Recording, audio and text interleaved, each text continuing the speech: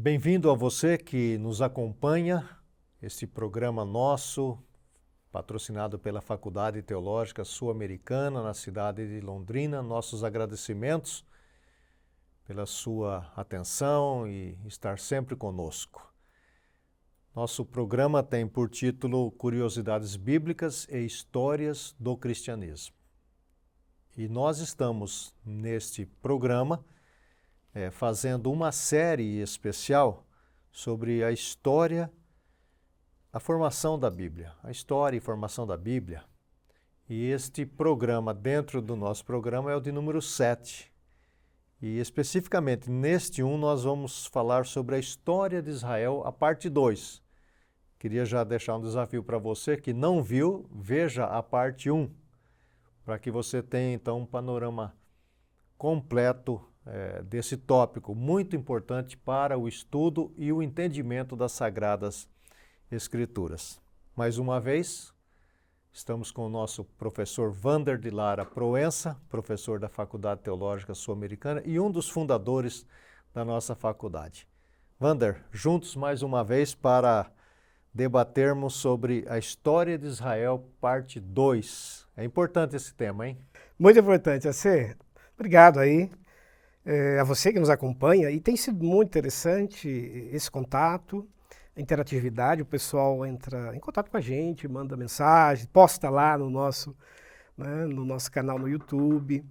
E por onde a gente anda, acompanha e vê pessoas que estão assistindo aí a nossa série. Algumas pessoas assistindo já várias vezes a série, o que é muito bom e nos alegra bastante. Eu queria até pegar um gancho já dessa abertura e fazer aqui uma propaganda, uma chamada.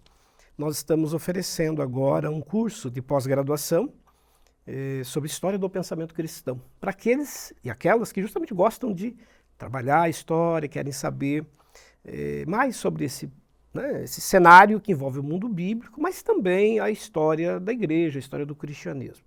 E aí duas observações. A primeira, alguém disse, mas não é sobre história do pensamento cristão apenas, e aí não sobre história da igreja, história do cristianismo. Veja, nós vamos trabalhar as duas coisas. Para falar do pensamento cristão, é preciso situar os acontecimentos da história do cristianismo. Então, isso vai aparecer certamente em todos os períodos históricos. Período antigo, medieval, moderno, contemporâneo. E a segunda coisa importante, será de forma online, permitindo que qualquer pessoa possa assistir e fazer o curso à distância, não precisa vir aqui, justamente para aqueles que residem longe, fora de Londrina. E será online, o que quer dizer que não será gravado, será ao vivo. O professor estará em sala, numa plataforma, ministrando ali a sua aula. Há uma classe que também estará ao vivo ali, podendo então criar um espaço de perguntas, interação, o que é muito interessante. Este programa que estamos lançando, que o professor Wander está mencionando, já tem informações no nosso site, já deixo para você e peço que o pessoal da nossa equipe coloque aí na tela o nosso endereço e entre, pesquise ali, leia, vai ser uma aventura emocionante. Se você nunca estudou sobre história da Bíblia, do cristianismo, da igreja, você vai ficar maravilhado com os detalhes dessa jornada e, naturalmente, então vai ser diferente porque você vai estar em sala de aula da sua casa, junto com outras pessoas e interagindo com os professores e professoras. E Wander, você falou que as pessoas deixam perguntas, nós já também incentivamos você, se você tem uma pergunta a fazer sobre Bíblia, sobre história, cristianismo, por favor, faça, que na medida do possível nós estaremos respondendo. O Gustavo Guimarães, nós agradecemos aí, Gustavo, a sua presença sempre, ele diz assim, professores Wander e AC, na verdade é o professor Wander, viu, Gustavo? Porque eu aqui sou apenas o interlocutor da coisa. Que bênção este programa. Obrigado, Gustavo. Meu nome é Gustavo Guimarães, sou aluno, ele é aluno da nossa escola, olha só, né? Que bacana, e que outros e outras possam também, não é, fazer isso. Uma pergunta, professor Wander. A Bíblia revela que Noé viveu mais de 350 anos após o dilúvio. Aí ele escreve entre parênteses, total de 950 anos. Segundo o relato bíblico, Noé viveu até o tempo de Abraão. Como o senhor entende os anos relatados de vida antes de Abraão? São literais ou teria outra forma de contagem? É uma pergunta que muita gente faz, Wander. Então, você está com a resposta. Legal, obrigado, Gustavo, por participar aí com a gente e trazer essa questão para esclarecer mesmo tantas outras dúvidas que surgem aí sobre esse passado bíblico. Veja, nós temos, no caso do Antigo Testamento, duas maneiras para contar o tempo. Se nós pegarmos o calendário cronológico, que é isso que nós conhecemos, com relato de horas, dias, meses e anos, nós conseguimos chegar até Abraão, século XIX a.C., com uma reprodução fiel daquilo que nós conhecemos hoje como um calendário cronológico. Quando nós retroagimos mais do que Abraão, antes do século XIX a.C., nós já começamos a perder essa cronologia nos relatos bíblicos. E aí nós entramos, Gustavo, numa outra forma de contar o tempo no mundo antigo, que é a forma representativa, que é o caso aqui. Isso quer dizer o quê? O escritor bíblico tinha duas preocupações ao relatar essas datas, esses períodos históricos. Primeiro, mostrar o pertencimento genealógico, né, o vínculo de geração, o vínculo geracional dos personagens, porque isso na tradição bíblica era muito importante. E o segundo objetivo era mostrar a importância desse personagem. Quanto mais vivesse, porque a vida, o tempo de vida era símbolo de promessa, né, de bênção divina, de prosperidade. Essa pessoa foi honrada com a vida. Então, resumindo e fechando aí, quando nós temos, no caso do Antigo Testamento, todas essas datas, essa cronologia, ela está no campo representativo e simbólico. Não dá para a gente reconstruir cronologicamente, como nós conhecemos hoje o nosso calendário. Por que eu vou dizer isso? Se nós fizéssemos assim, o calendário bíblico nos daria 6.000 anos só. Nós voltaríamos 4.000 anos antes de Cristo e 2.000 depois dele. Então nós estaríamos hoje com 6.000 anos da presença humana na Terra. E nós sabemos que isso, né, não se confirma pela história, pela arqueologia, pelas ciências que estudam o passado. Vamos pegar como exemplo, só no Brasil, os achados arqueológicos mencionam a presença do ser humano no Brasil, que nós chamamos de Brasil hoje, há pelo menos 11.000 anos.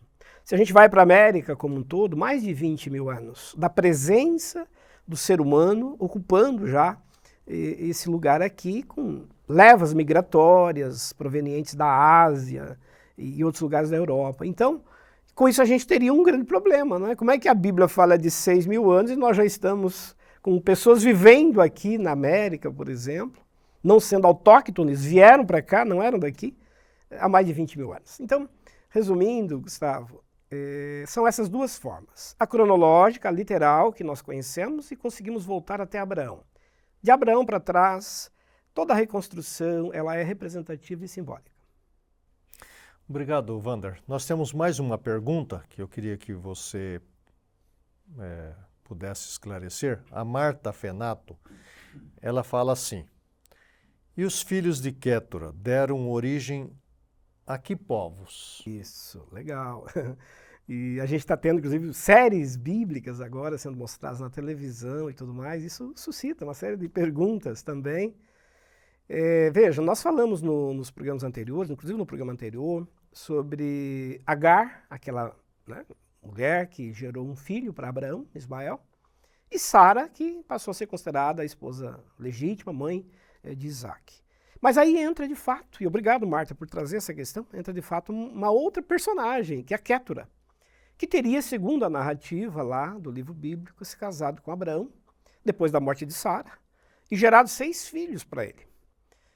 Mas Quétura entra na condição de concubina, que não seria a mulher legítima, né, de Abraão. E o próprio texto bíblico diz que Abraão, para resolver questões de herança e a sequência genealógica, ele despede os filhos das concubinas. Não foi só Quétura, existiram outras concubinas, o que era muito comum no mundo antigo. Os patriarcas possuíam uma grande família, formada por uma esposa considerada mais legítima, concubinas, escravas. As tradições semíticas do mundo antigo são assim. Então, resumindo, os filhos de Quétura darão origem aos povos também árabes, que vão compor as chamadas tribos árabes na Península Arábica e que vão mais tarde se juntar aos ismaelitas, inclusive vão se casar com os ismaelitas. Então, na Bíblia, quando aparece mais tarde referência aos filhos de Quétura, é uma referência aos ismaelitas, que seriam os árabes hoje. E um detalhe, um desses filhos tem origem em Midian, que são os midianitas, que aparecem inclusive no relato bíblico. Moisés, mais tarde, vai se casar com Zípora, que é midianita. Então, é interessante como que esses personagens acabam reaparecendo no cenário bíblico, interagindo com o povo de Israel. Às vezes por conflitos, por tensões tribais, que eram comuns, ou então por vinculações familiares, como é o caso de Moisés, que se casa com uma descendente, então, dos filhos de Quétura, Midian. Muito bom, Wander. Está aí, então, Marta, a explicação, né? E você pode continuar pesquisando sobre o assunto e certamente, como você está vendo, né, é fascinante a história.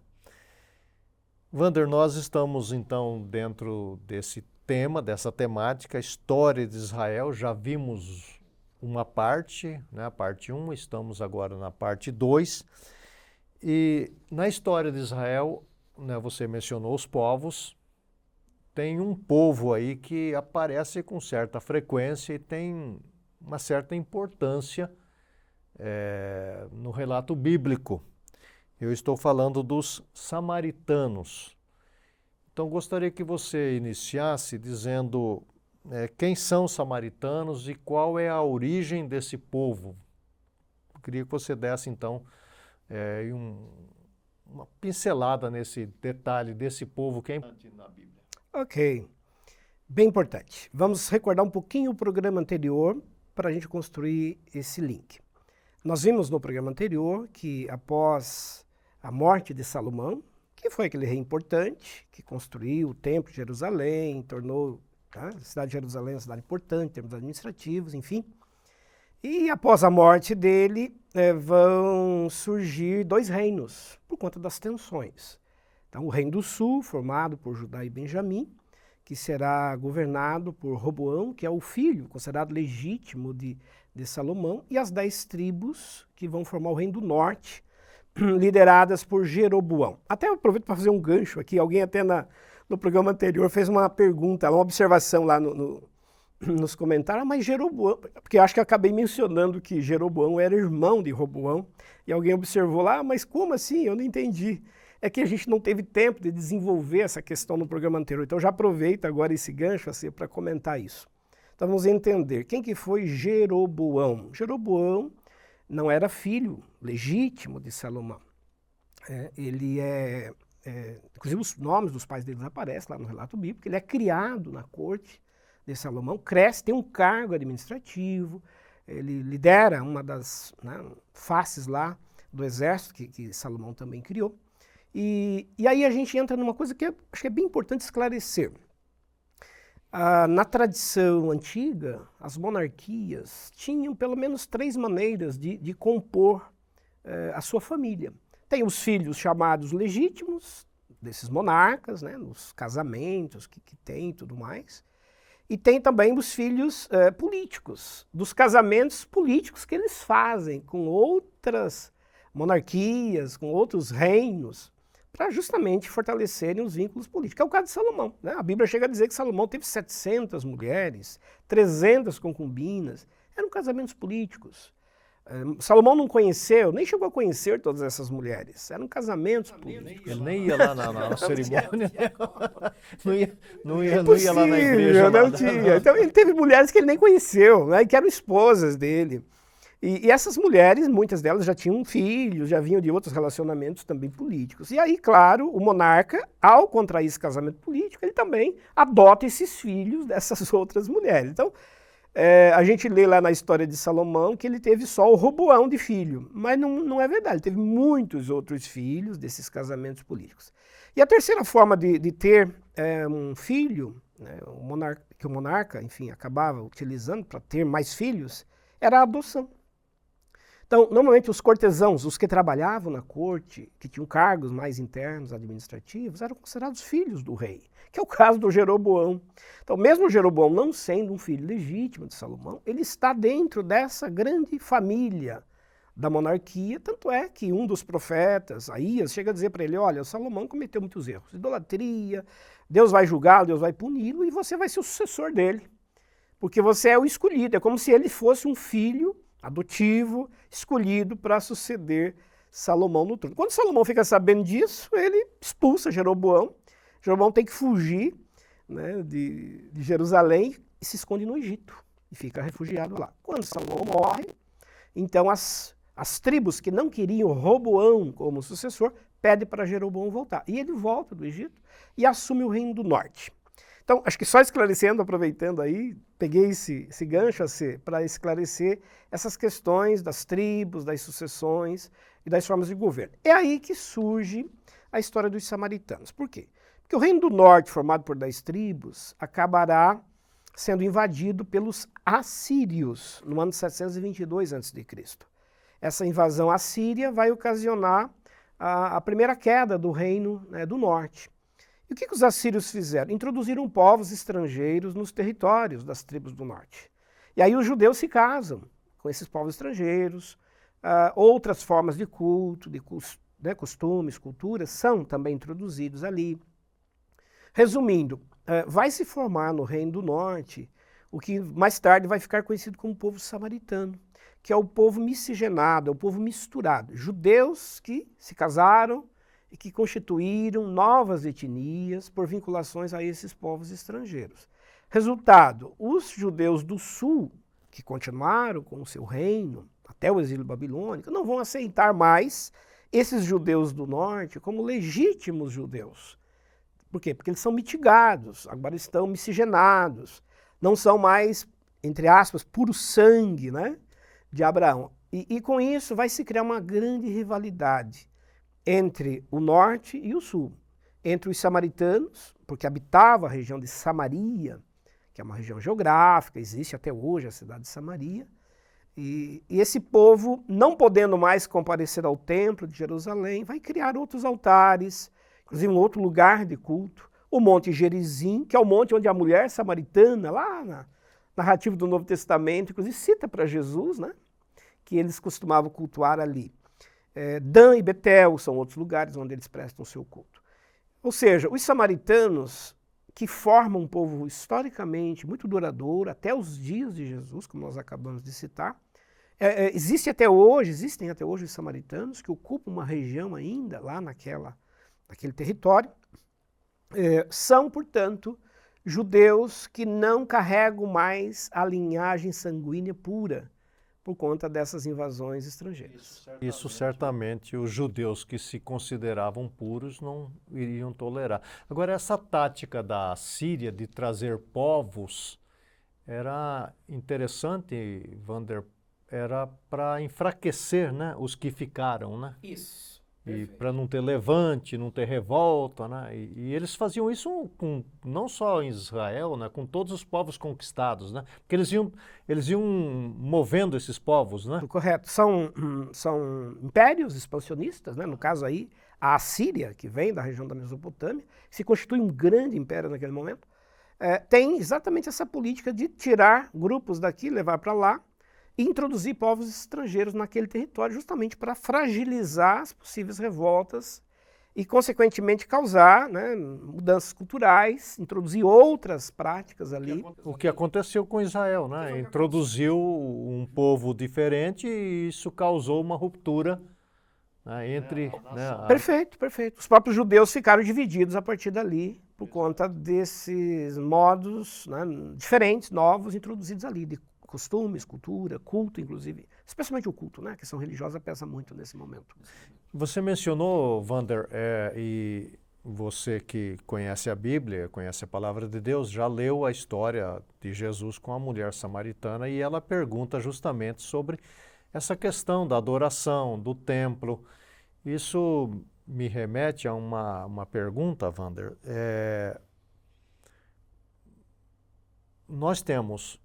Eles tinham lá, os samaritanos, os seus lugares sagrados, os judeus tinham em Jerusalém o templo, mas nós tínhamos também outras localidades, ou em outras localidades, não o templo, mas uma coisa que se chamava sinagoga. Que os judeus que também estavam dispersos, né, porque parece que isso era muito comum, né, frequentavam essas sinagogas, né? Eu queria que você recordasse para nós o que era uma sinagoga, qual a função dela e a necessidade de se ter uma sinagoga. Legal, ótima questão, bem importante.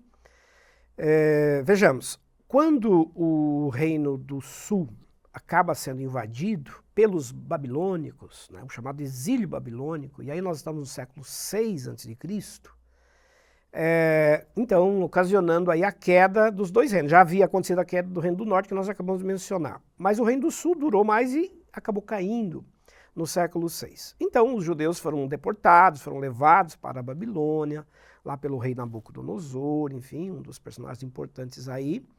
E uma das ações desses invasores foi destruir o templo. Então, o templo de Salomão foi destruído nessa invasão dos babilônicos durante os 70 anos de exílio. Ficou destruído, ficaram as ruínas apenas. Então, esses judeus que são levados para o exílio e que depois do exílio não retornam mais para a sua terra, para a Palestina, nós já até dissemos em programas anteriores, 2/3 dos judeus não retornaram. É um pequeno grupo que retorna a partir da liderança de Esdras, Neemias e outros.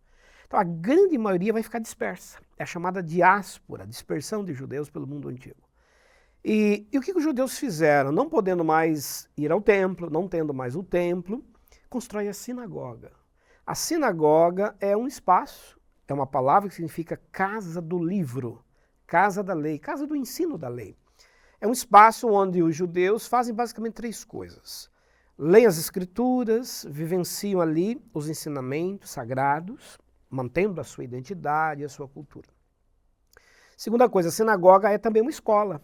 Ela educa, alfabetiza as crianças, tem um professor, um pedagogo que trabalha ali. E terceiro, é um lugar de amparo social. É um espaço que administra recursos, doações, em prol de viúvas, órfãos, os desvalidos, aqueles que precisavam de ajuda. Então, as sinagogas foram muito importantes no mundo antigo para a preservação dos costumes judaicos.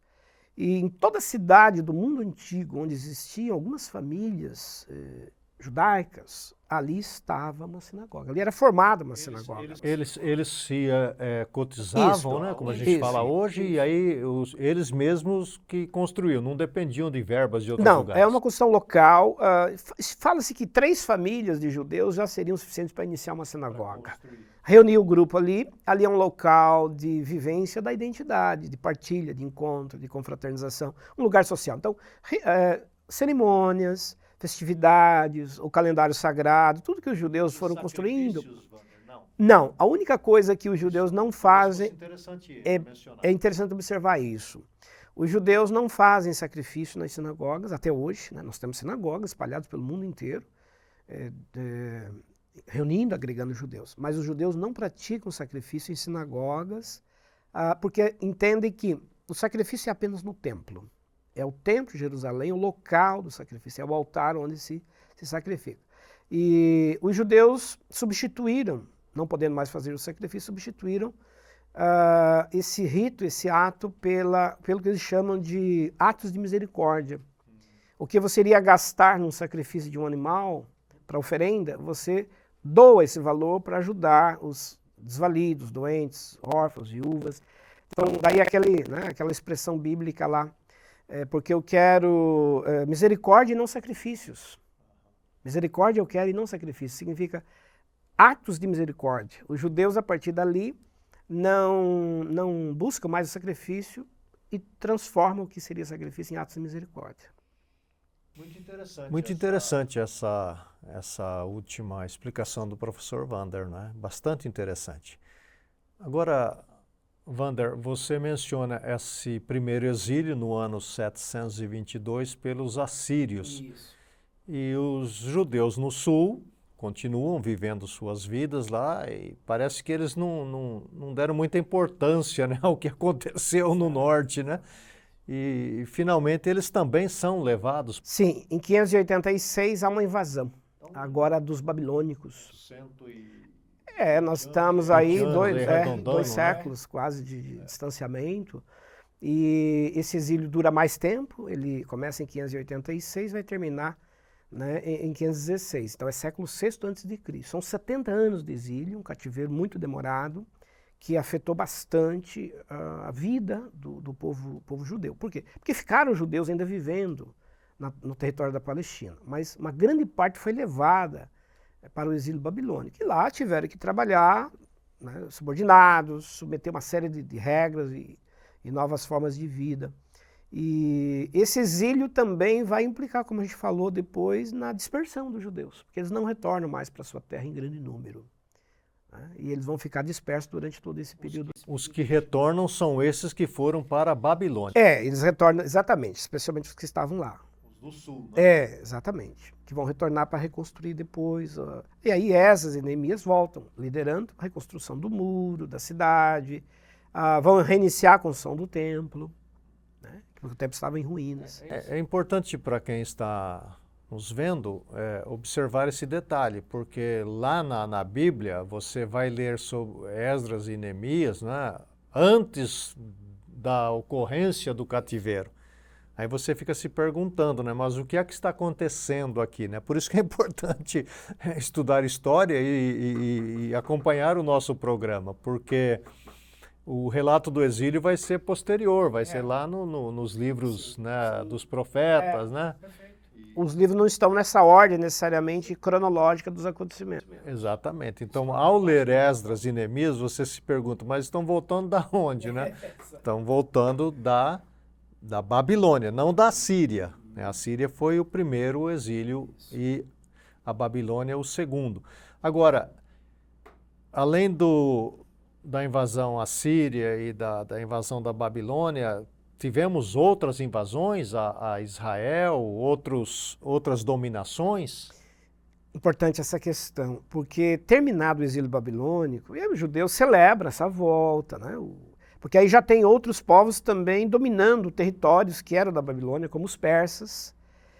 Então o rei lá sírio e outros vão ser, de certa maneira, complacentes, vão criar algumas concessões para que os judeus possam reconstruir, retornar, né, às suas origens.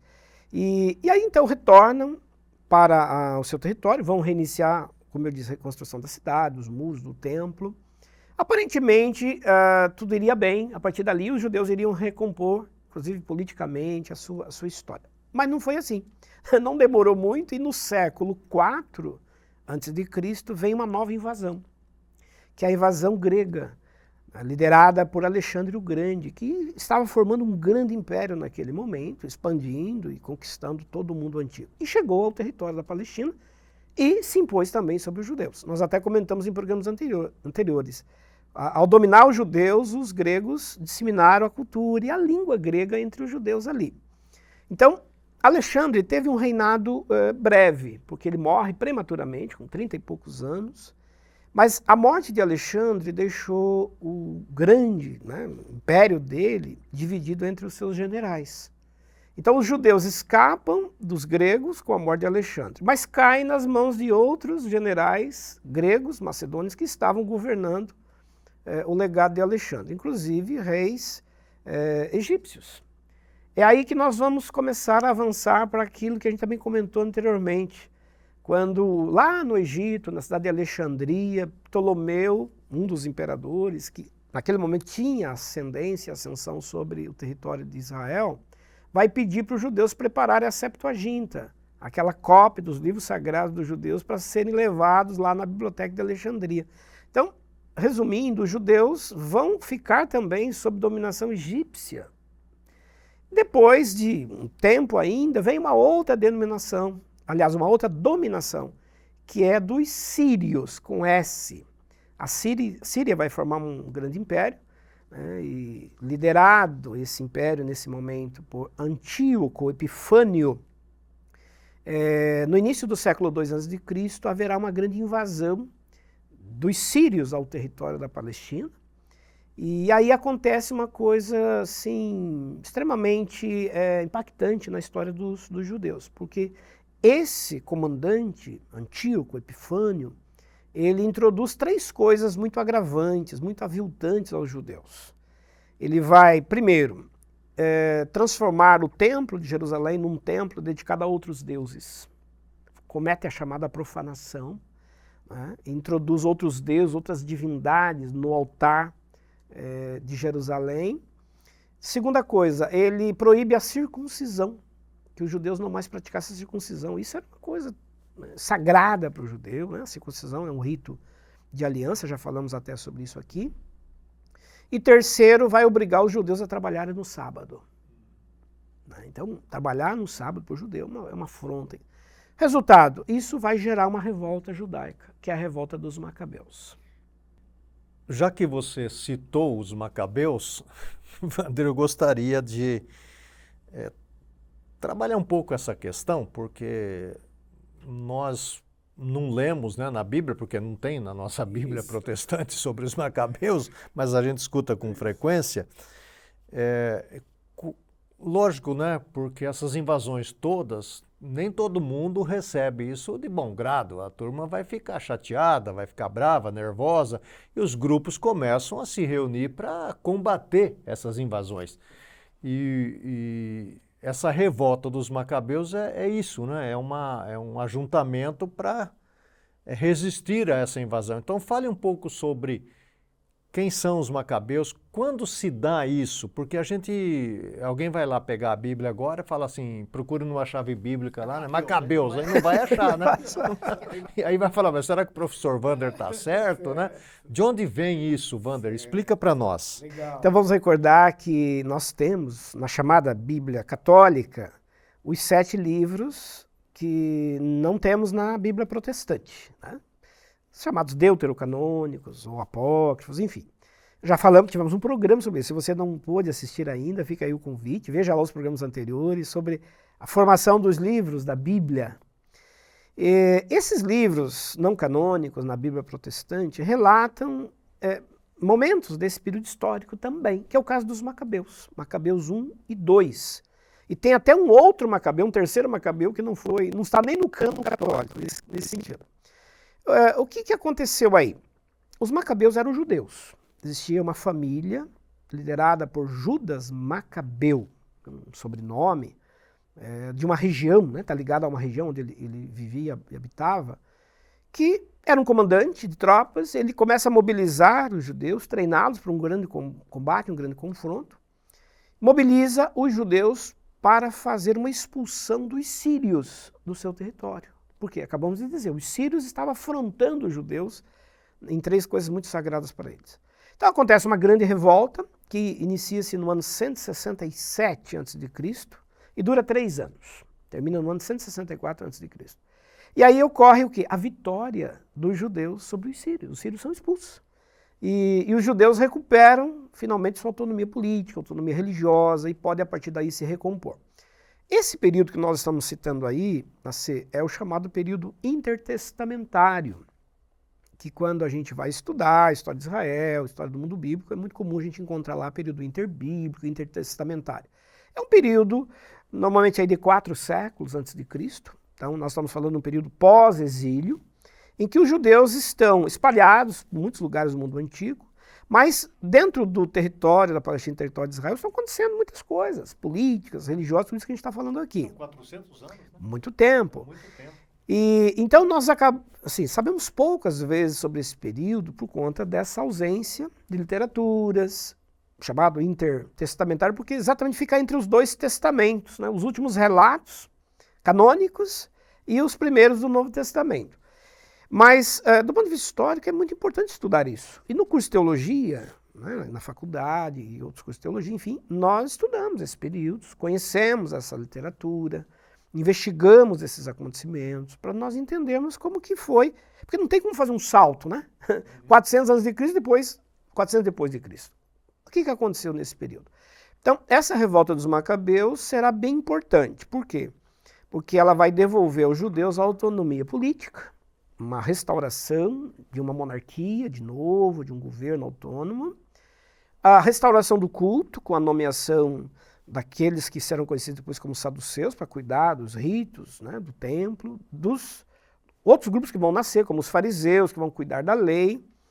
Os macabeus vão ficar mais com os cargos políticos, e os essênios que vão se revoltar contra essa nova configuração política e vão formar a comunidade do deserto, que nós já estudamos aqui também em programas anteriores. Então é um período muito rico do ponto de vista histórico. Sim, fica aí para você uma observação de estudar um pouco mais esse período aí, porque ele é importante e é o período preparatório para o Novo Testamento. Nesse período aí as coisas estão acontecendo, são 400 anos afinal. Agora, Wander, a tranquilidade parece que não vai durar muito tempo, porque Exatamente. parece que é uma crise atrás da outra, né? A gente até fica surpreso, e não deveria, né, ficar tão surpreso com tantas crises que tem no Oriente Médio, né? Porque é uma história muito longa de conflitos, né? E os romanos parece que já estão de olho nessa região. De olho nessa região e se aproximando, né? E quando é que se dá, então? Nós já vimos no primeiro programa, se eu não estou enganado, foi sobre o Império Romano, a sua expansão. O Império Romano. Então eu me recordo que um dos nossos ouvintes disse que já havia visto todos os programas, estava revendo. Quero incentivar você a ir no primeiro, porque o professor Wander só vai dar essa pincelada agora, mas já está tudo explicado lá no primeiro. Porque tem essa paz, os sírios vão embora, mas os romanos já estão chegando. Perfeito. E vão chegar logo, né, no ano 63. Então, basicamente, durou o quê? Durou um século, durou 100 anos, essa autonomia, né, judaica, porque os romanos chegam no ano 63 a.C. E os romanos serão os grandes sucessores dos gregos, né? Todo o grande império grego acaba sendo depois reconquistado pelos romanos, formando o que a gente chama aí de Império Greco-Romano. Então eles vêm, se impõem sobre os judeus não têm como resistir, né? As tropas romanas são tropas que, enfim, não encontram resistência. Super treinadas. Muito, não tinha como. E era muito estratégico para Roma tomar aquela região, porque a Palestina, geograficamente, é uma região de passagem, de comércio, de rotas, muito estratégica do ponto de vista também militar. Então eles chegam, dominam, mas os romanos tinham um costume de deixar governantes locais tutelados por Roma. Então, Roma vai permitir que os judeus continuassem ocupando seus cargos, claro, debaixo agora do controle das tropas romanas, vão ter que pagar os tributos para Roma. Então, eles passam a ser agora dominados por Roma. E aí que entra uma figura bem importante, curiosa, que é a figura de Herodes. Eu já pego um gancho para a gente falar dele, né? Fale um pouco sobre Herodes, porque é outra pessoa importante na Bíblia. Bem importante e aparece, né, inclusive no nascimento de Jesus. Herodes, ele vai ser guindado à posição, né, de rei de Israel nesse período, aí por volta do ano 40 ao ano 37 a.C. É Roma que coloca ele? Então, esse é um dado interessante. Roma deixava que os governantes locais pudessem, né, continuar exercendo a autoridade, justamente para tentar manter um pouco mais da estratégia de governo. Herodes é idumeu, né? Ele não é um legítimo judeu de linhagem, né, biológica, genealógica. Quem eram os idumeus? Os idumeus formavam um povo que habitavam na região geográfica ali da Palestina e que quando, inclusive, Moisés chega ali nas proximidades, tem que fazer desvios de rotas, depois Josué assume, esse povo vai permanecer por ali ainda, orbitando nas fronteiras de Israel. E é um povo até inimigo de Israel durante muito tempo. Mas eles acabam sendo conquistados posteriormente pela dominação judaica. E a família de Herodes acaba se convertendo ao judaísmo. Então Herodes é um judeu que foi convertido, é um judeu prosélito. Porque os judeus tinham essa forma de também integrar ao seu povo, né? Exatamente, não só os de nascimento, mas judeu convertido. Então, a filiação espiritual, a filiação religiosa. É o caso de Herodes o Grande, que é filho, então, né, desse povo não judeu, estrangeiro, mas que se transformou. Eles falavam a língua, né? Falava a língua, assumia os costumes, fazia a circuncisão, guardava o sábado, enfim, viviam tudo aquilo que os judeus... mas, enfim, o Herodes se torna... Ele é, então, nomeado por Roma para ser o rei. Uma parte dos judeus vai resistir, não vai querer, não, mas ele não é um judeu, totalmente judeu, enfim. Mas Roma deu todo o apoio a ele e ele permaneceu. Tanto é que ele vai governar até os dias de Jesus. Ele assume pelo ano 37, oficialmente, e esse Herodes era um papel bem importante, porque ele vai consolidar a reconstrução do templo.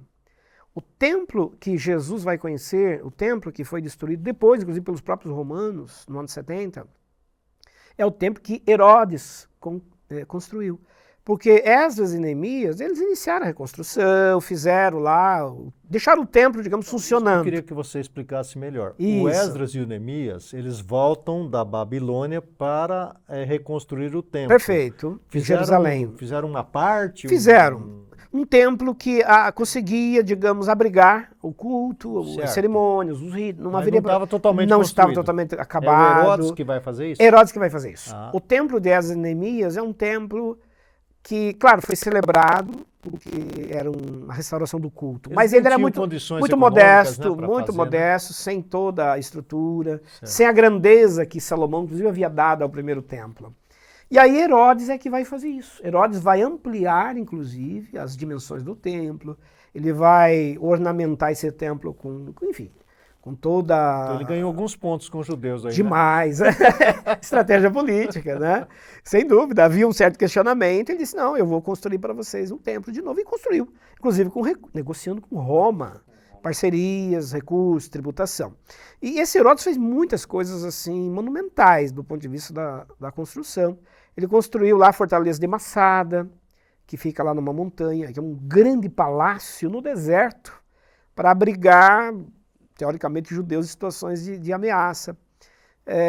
Enfim, construiu coisas, fez projetos bem grandiosos na região de Cesareia, transformou a região ali de Cesareia numa região turística, com eventos artísticos, culturais, até uma Olimpíada, um tipo de Olimpíada foi realizada lá por Herodes, para atrair muita gente. Então, ele foi um grande administrador, ele foi muito habilidoso.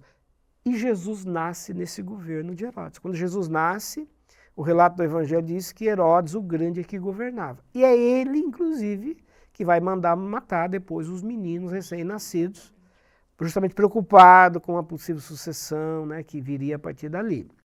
Então, Wander, uma pergunta bem rápida, ainda sobre o templo, antes de seguirmos. Nós temos lá o templo do Salomão, que é destruído. Aí depois o Esdras e o Neemias fazem uma reconstrução. Isso. Aí nós temos o Herodes que, vamos dizer, termina... Consolida esse projeto. Na verdade, nós temos aí quantas construções? Nós temos o primeiro, assim, em tese nós temos 2 templos em Jerusalém. 2 templos. O primeiro completo, todo, né, assim, muito atrativo, assim, belíssimo, com toda a ornamentação, que é o de Salomão. E depois nós temos essa segunda fase do templo, que tem essa contribuição parcial dos judeus que voltam do exílio, e temos a parte final agora que Herodes vai dar ao templo. É por isso que a gente conhece mais o templo de Herodes, porque é o templo que deixou as ruínas. Esse do Herodes era similar ao do... Similar. Ele mantém do Salomão. Sim, mantém a arquitetura, mantém a estética, a ornamentação, é muito similar, mas ele é mais pomposo, ele é mais requintado e é ampliado. Ele inclusive se torna maior, com outras repartições, outros espaços administrativos. Por quê? Vamos recordar também uma coisa que a gente já apresentou em programas anteriores. O templo em Jerusalém, nos dias de Jesus, que é esse templo de Herodes, ele tinha não só a função religiosa, ele abrigava também o Sinédrio, que é a Suprema Corte Jurídica das legislações, ele abrigava o centro administrativo de todas as sinagogas, então o centro educacional, que gerenciava todas as sinagogas em todas as cidades do mundo antigo, tinha, digamos, o escritório administrativo, a base administrativa no templo, e uma outra função, que era a função do tesouro. era um banco. Era um banco, né? Toda a riqueza dos judeus, tudo que os judeus tinham de bens, de valor e queriam depositar como, né, um tesouro, faziam isso no templo. Então, ele tem que ser muito grande, ele tem que ter muitos espaços para abrigar todas essas grandes E funções. não é sem razão que quando os povos vinham para brigar com Israel, iam lá no templo, né? Ali Porque é o tesouro estava lá. tudo ali, né? Tanto é que ele acaba depois sendo destruído no ano 70, né, pelos romanos. E uma das coisas que os romanos fizeram foi justamente saquear o templo, né? Lógico, Foram porque lá, já estava tudo reunido, né? todo o tesouro estava ali. Agora, Wander, dando um salto na história, só para encerrar essa questão de templo, sinagoga, adoração, os judeus de hoje não têm o templo porque ele foi destruído pelos romanos. Nós já vimos isso, né? Não precisamos falar mais, né? De novo, volte lá nos programas anteriores. Então, a gente já viu filmes ou retratos dos judeus indo ali num local que se chama o Muro das Lamentações. O que eles fazem ali? Que função tem esse muro e que necessidade o judeu tem de ir ali naquele muro? Enfim, o que acontece ali? É um lugar muito simbólico, muito emblemático hoje para o povo hebreu, o povo de Israel. Por quê? Então, o que vai acontecer com esse templo que nós citamos agora há pouco? Ele vai ser destruído no ano 70 pelos romanos, né? Houve a guerra de judeus contra Roma, do ano 66 ao ano 70. O templo acaba sendo destruído pelos romanos, queimado. Todo o tesouro foi retirado e levado para Roma, para a construção do Coliseu Romano. E os judeus foram expulsos, naquele primeiro momento, da sua cidade. Perderam o templo, perderam o local de culto. E esse templo está destruído até hoje, está em ruínas. O que restou daquele templo? O muro, que está lá, né, um muro grande, extensivo lá, com pelo menos 480 metros na sua primeira fachada, que é um local onde os judeus do mundo todo, peregrinos, vão, visitam e ali fazem orações. Ali eles oram e pedem pelo menos 3 coisas no Muro das Lamentações. Primeiro, que o templo seja restaurado um dia. Segundo, eles pedem a vinda de um Messias, de um libertador, de um salvador, alguém que possa governar, especialmente os judeus mais tradicionais. E terceiro, eles pedem que os judeus possam retornar, se reconstituir como povo e como nação. Então, essa volta de judeus à Palestina é uma das 3 orações que também são feitas diariamente ali no Muro das Lamentações. Todo peregrino que visita, mesmo que seja estrangeiro, pode visitar, tem o costume de pegar um papelzinho, escrever um pedido ali, né? Enrolar aquele papel e colocar nas frestas ali do muro. Né? Aquelas repartiçõezinhas pequenas do muro, ali são colocados os pedidos. 3 vezes por ano, os líderes judaicos, recolhem esses papeizinhos e enterram e sepultam no Monte das Oliveiras, que é um rito mantido até hoje, entre os judeus, até hoje. 3 vezes ao ano eles fazem esse recolhimento e guardam ali como sendo as orações, os clamores que os judeus estão fazendo pela reconstrução. Então, é um muro muito simbólico. E talvez acho que já pegamos um gancho aí para dar mais uma informação. Por que esse lugar se tornou tão importante? Porque o templo, o local do templo, onde havia o templo de Jerusalém, ali é o Monte Moriá, ali é o monte onde Abraão foi oferecer Isaac em sacrifício, por isso é um lugar sagrado demais. Esse lugar está ocupado pela mesquita islâmica, mesquita de Omar. Quando a gente vê uma imagem de Jerusalém, a gente vê lá uma grande abóbada dourada e um grande templo. Ali está a esplanada das mesquitas. Ali era o templo antes. Ali era o templo, porque aconteceu a invasão, a ocupação do território no século VII depois de Cristo por muçulmanos. Então, o território que era de domínio judaico, né, que caiu nas mãos dos romanos, mas o Império Romano vai cair também no século V. Quando cai o Império Romano, outros povos vão começar a disputar o que sobrou do Império Romano. E no século VII, os muçulmanos vão ocupar, né, liderados pelo califa Omar, ocupar a região da Palestina. E aí vão construir ali um santuário, que é considerado o 3º santuário mais importante do Islã. O islamismo, falamos disso no programa passado, um pouco sobre isso, o islamismo tem 3 grandes santuários. Meca, que é a cidade mais importante da fé islâmica. Medina, onde está sepultado Maomé. E terceiro, o Jerusalém, onde está exatamente esse santuário dedicado aí né, também ao rito islâmico. E por quê? Porque se acredita na tradição islâmica que Maomé, ao morrer, foi levado pelos anjos até esse local do Monte Moriá, o local do templo, e dali ele teria sido assunto ao céu para se juntar aos profetas. Então, para o muçulmano, aquele lugar é tão sagrado quanto para os judeus. Por quê? Porque Maomé, o último grande profeta, segundo a tradição islâmica, subiu ao céu, foi assunto ao céu, saindo daquele lugar, e voltará um dia com todos os profetas, justamente para participar do grande julgamento final, de acordo com a escatologia islâmica, e eles vão descer exatamente em Jerusalém, naquele local, para fazer o grande julgamento final. Que é o que o judeu está orando agora para construir o templo. Se construir o templo, então o Maomé vai ter dificuldades de descer ali. E aí como é que vai ser, né? Vai ter que tirar a mesquita islâmica? Então, você percebe, né, que a importância de estudar a história, já está vendo aí a complicação no futuro, né? Para tirar aquela... Porque um está orando para construir o templo, restaurar o templo no local que está a mesquita, que vai descer o Maomé. Então, os demais profetas. Os demais profetas, né? Complicações aí à vista no futuro, né? Muito. Grandes, hein? As tensões que nós temos aí. Vander, uma curiosidade minha e de muita gente que está nos vendo. O templo lá de Salomão, ele hospedava a arca, né? Aí ele é destruído. A arca foi preservada, ela veio para o segundo templo do Herodes, ou já quando se faz o segundo templo, a arca já não está mais? Isso. Que bom trazer essa questão, porque a gente recebe muitas perguntas sobre isso. Tem até o filme lá, né? O Caçadores... Virou uma série, né? Os Caçadores da Arca Perdida. Né? É muita história, muita coisa, né? Especulada sobre a Arca da Aliança. E mesmo na sala de aula, né, os estudantes sempre querem saber esses detalhes da história. O que a história mostra, diz, para a gente pensar aí, o que aconteceu com essa arca? Vamos lembrar que a arca é um espaço que abrigava as tábuas da lei, que Moisés recebeu diretamente das mãos de Deus, segundo, né, o relato bíblico. E os judeus guardaram os 10 mandamentos nessas pedras dentro dessa arca. Então, é um objeto muito sagrado, muito importante. Bom, quando aconteceu o exílio babilônico, e Nabucodonosor veio e invadiu Israel, a gente falou disso agora há pouco, ele levou os objetos, os utensílios do templo. O texto relata, né? Ele fez uma coleta desses objetos e levou com os judeus para a Babilônia.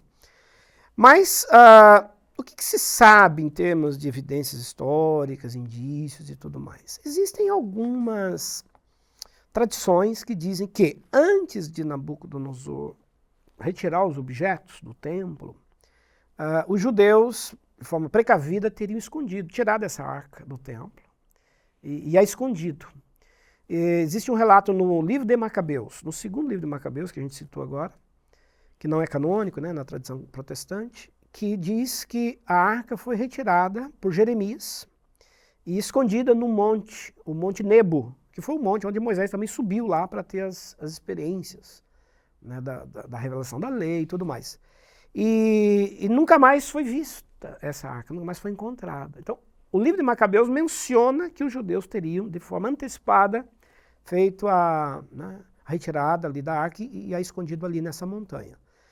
Existe uma outra tradição que diz que, na verdade, os judeus teriam escondido dentro do próprio templo, nas bases que existiriam, né, nos fundamentos do Templo de Salomão, ali, onde estão os alicerces, lugares secretos onde os judeus guardavam coisas importantes para eles. E que a arca teria sido escondida ali. Quando Esdras e Neemias voltaram, refizeram o templo, a arca teria continuado ali, de forma escondida, até porque não trouxeram de volta, porque poderia ser de novo um atrativo para invasões, de desejo, de conquista de poder. Então, de forma precavida, como os judeus estavam, a gente falou agora disso, estavam muito suscetíveis a invasões novas, eles acharam por bem deixar preservado ali. Se isso aconteceu, digamos, essa arca ainda teria permanecido lá, estaria nos escombros do templo, reconstruído por Esdras e depois reconstruído por Salomão, reconstruído, né, por Herodes o Grande. E quando houve a invasão romana e tomou, né, os objetos e saqueou todos os objetos no ano 70, a arca não teria sido encontrada. Ela teria sido guardada de forma tão sigilosa que estaria ainda lá nas ruínas do templo. Então, existe uma tradição judaica que acredita que quando o templo for restaurado ali, eles acreditam, né, os judeus acreditam que o templo será restaurado um dia ali, essa arca será de novo reencontrada e trazida de volta para o altar. Mas, enfim, aí existem muitas outras teorias, mas existe uma terceira ainda, só para ilustrar, que fala da ida da arca para a Etiópia, né? Porque a rainha de Sabá, foi um dos casamentos lá de Salomão, um dos casamentos políticos de Salomão, teve um filho com ele, e Salomão teria presenteado a rainha de Sabá, o filho da rainha de Sabá, com uma réplica da arca. Ele fez uma réplica e ele teria recebido aquilo como um grande presente. Mas conta essa tradição que o filho acabou trocando, deixou a réplica no templo e levou a original para a Etiópia. E aí essa réplica, aliás, a versão original estaria escondida na Etiópia, em algum lugar, que deu origem às especulações, aos filmes, às aventuras da história, aí buscando encontrar essa arca. Fato é, então, resumindo a questão, que desde o exílio babilônico não se tem mais conhecimento, não se viu mais essa arca do ponto de vista do registro. Imagino que deva ser um anseio muito grande dos judeus, né?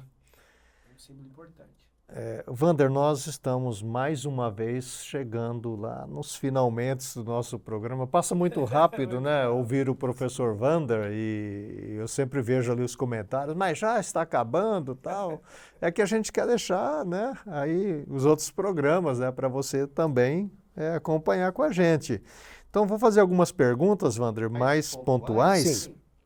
Respostas mais rápidas agora. Para a gente fechar essa temática, né? Você citou aí dos muçulmanos invadindo a Palestina e construindo a mesquita. Quando isso se dá? Sim. Logo após a morte de Maomé, e aí nós estamos falando do século 7 depois de Cristo, os califas, a palavra califa significa sucessor, saíram conquistando os territórios que eram territórios sagrados para a fé cristã, mas também para a fé judaica. E um dos territórios sagrados era Jerusalém. Então o califa Omar lidera, e por volta do ano 640, 642 depois de Cristo, uma expedição armada que conquista o território da Palestina. E ao conquistar, já transforma o local das ruínas do antigo templo judaico num santuário islâmico, dando origem, então, ao que a gente tem até hoje lá, a mesquita islâmica, né? Quem visita hoje Jerusalém encontra a esplanada das mesquitas, lá em cima, né, no topo do antigo templo judaico, está lá o templo islâmico. Os judeus, você já mencionou várias vezes em vários programas, eles são dispersos pelo mundo, né, o mundo de então e o mundo moderno também, mas finalmente eles retornam oficialmente e é formado esse Estado de Israel. Quando é que se dá isso nessa história mais moderna? Essa é uma questão, esse é um tema muito fascinante. É um programa, na verdade, né? Aliás, Wander, eu estava até pensar em fazer um programa sobre isso, né? A gente vai conversando e depois a gente troca ideias, porque esse mundo da Palestina é um mundo, para nós, complicado e misterioso. Tem tantas etnias e talvez a gente possa pensar num programa, Wander, específico, né? Porque os palestinos estão lá. Até hoje estão lá, né? Uma população enorme, nós já vimos isso. Aí os judeus retornam e é oficializado esse retorno. O Estado de Israel é reconstruído, reconstituído, isso. Isso se dá em 1948. 1948, muito recente, logo após a Segunda Guerra Mundial, porque os judeus ficaram dispersos durante todo esse tempo na história. Desde o ano 70, quando o templo foi destruído, eles começaram a se espalhar pelo mundo. E os judeus experimentaram ao longo da história do tempo uma série de dificuldades, né? Preconceito, o antissemitismo. Judeus tiveram que morar, por exemplo, na Idade Média, em burgos, em bairros separados, segregados. Foram acusados pela tradição medieval católica de terem matado Jesus. Então, eles eram chamados de deicidas, aqueles que mataram Deus. Sofreram com isso. Demais. O antissemitismo ele é histórico. E na região, por exemplo, da Germânia, que mais tarde, inclusive, vai dar origem, né, à Alemanha, que a gente conhece hoje, eles vão experimentar uma série de resistências e perseguições. E o próprio nazismo, e aí sim na Segunda Guerra Mundial com Hitler, vai potencializar, né, esse antissemitismo. Então nós vamos ter 6 milhões de judeus mortos na Segunda Guerra Mundial, um holocausto, né, uma tragédia, um genocídio, uma coisa inconcebível para a humanidade, os campos de concentração, o modo como foram mortos. Não só eles foram mortos, outros grupos também, mas particularmente eles aqui. Resumindo, passada a Segunda Guerra Mundial, no período de reconstrução, a ONU decide oficialmente permitir que os judeus retornassem à sua terra para reconstruir o Estado de Israel. Só que essa região já está ocupada pelos muçulmanos, está ocupada por muitos grupos, né, islâmicos que habitam ali também historicamente. Isso vai gerar tensões enormes, porque eles vão ter que demarcar um território para formar o Estado de Israel, vão criar uma nova capital, que é Tel Aviv, capital política, mas os judeus querem Jerusalém. E aí já logo vai haver uma guerra, já em 1949, um conflito entre judeus e os grupos islâmicos que estão na região ali, e os judeus já vão ocupar e tomar uma parte da cidade de Jerusalém. Mais adiante, na guerra, chamada Guerra dos 6 Dias, em 1967, os judeus conseguem tomar toda a cidade de Jerusalém, todo o controle de Jerusalém. Então hoje Jerusalém está sob total domínio dos judeus do ponto de vista administrativo. Só que dentro de Jerusalém nós temos o santuário islâmico, nós temos culto islâmico. Né? A gente vai fazer, acho que podemos fazer um programa específico sobre isso, você. Aí vamos entender, mostrar para quem nos acompanha, todos os aspectos que envolvem essas tensões, os conflitos. A gente recebe pela televisão as imagens, as notícias. E a gente não sabe nem como pensar. Por que isso? Quais são as causas históricas, as razões históricas disso? E aí, só para fechar, então, toda essa tensão, todo esse conflito se dá por conta desse retorno de judeus em 1948. Hoje são mais de 8 milhões que moram no território de Israel. E todo esse imbróglio, todo esse conflito, por questões religiosas, questões familiares, questões históricas, étnicas, que eu acho que merece realmente um programa inteiro. Então, Wander, nós tínhamos outras perguntas, mas de fato o nosso tempo chegou ao fim e nós vamos então fazer um programa específico sobre esta situação moderna agora na Palestina, para você entender, orar sobre isso, né? Quando você for conversar sobre isso, você tem mais ciência, mais noção. Quero agradecer, professor Wander, mais uma vez, a sua atenção e presteza em nos esclarecer sobre esses pontos de vista, sobre essa panorama, enfim, tudo sobre essa história que afeta a todos nós até os dias de hoje. E quando a gente lê a Bíblia, então, a gente vai fazer uma leitura mais profunda, a gente vai entender melhor o que está acontecendo. Queria agradecer, Wander. Legal, obrigado a você também, um prazer sempre estar dividindo aqui esse espaço, nesse bate-papo, né? O AC falou que ele não é professor, aqui o professor sou eu. Não, o grande mestre é ele que articula, pensa as questões interessantes para a gente discutir aqui. Então nós vamos retornar no próximo programa, encerrando essa série sobre a Bíblia, como é que a Bíblia chegou até o Brasil. Nós estamos falando da Bíblia lá na Palestina, mas nós vivemos no Brasil e temos a Bíblia aqui na nossa terra. Como é que ela chegou até aqui? Então, já coloque aí no seu calendário, na sua agenda, para estar conosco no próximo programa. Muito obrigado pela sua atenção, sempre preciosa a todos nós aqui. Obrigado por nos acompanhar e divulgue esse programa, divulgue os programas de teologia que a Faculdade Teológica Sul-Americana oferece, bacharel em teologia, pós-graduação, mestrado. Entre na nossa página, você vai ver aí ao lado o link e seja assim um parceiro, uma parceira nossa em divulgar o nosso ministério. Muito obrigado e que Deus abençoe a você, a sua família e a sua comunidade. E até a próxima, então.